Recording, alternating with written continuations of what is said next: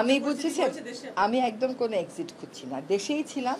এর আগেও বহু ঝড়ঝন্ডা এসছে, ওই সব ঝড়ঝন্ডা প্রতিহত করে দেশে থেকেছি।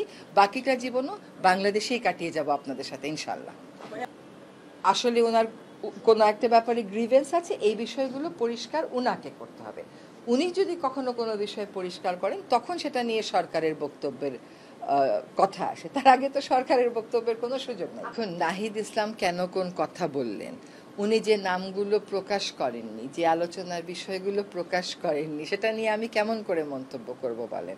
আমি যেটুকুন দেখতে পাই খোলা চোখে, সেটা হচ্ছে সকল রাজনৈতিক দলের মতন এই নবগঠিত রাজনৈতিক দলের সাথেও সরকারের ভালো একটা ওয়ার্কিং রিলেশনশিপ আছে। এটা উনি অভিমান থেকে বলেছেন নাকি এটা উনি